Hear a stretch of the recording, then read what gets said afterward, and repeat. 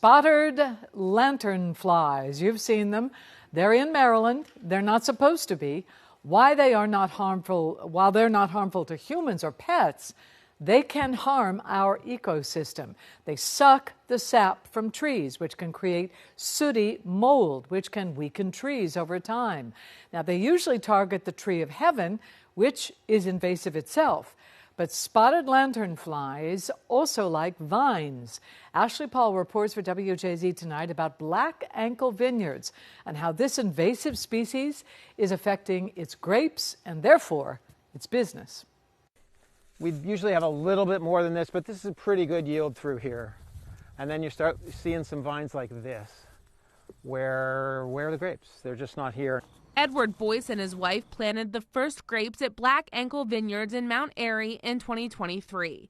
Farming can always come with unforeseen challenges, but this year came with a new problem: spotted lanternflies. And we've been through multicolored Asian lady beetles. We've been through stink bug. This is the worst by far.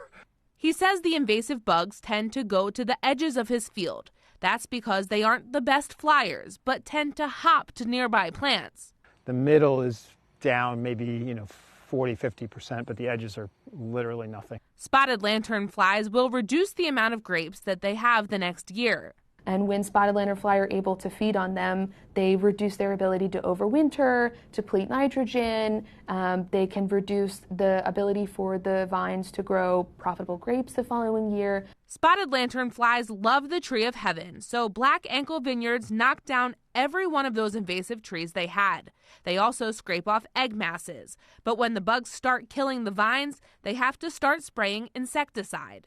That's really frustrating because we worked so hard to build a good balance in the vineyard between the good bugs and the bad bugs. It's a lot of work and a long time to get it back.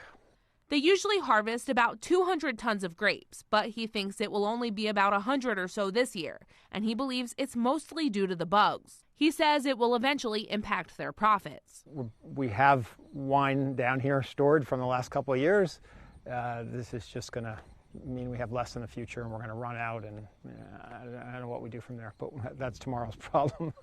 Today is how much can we save of what we have.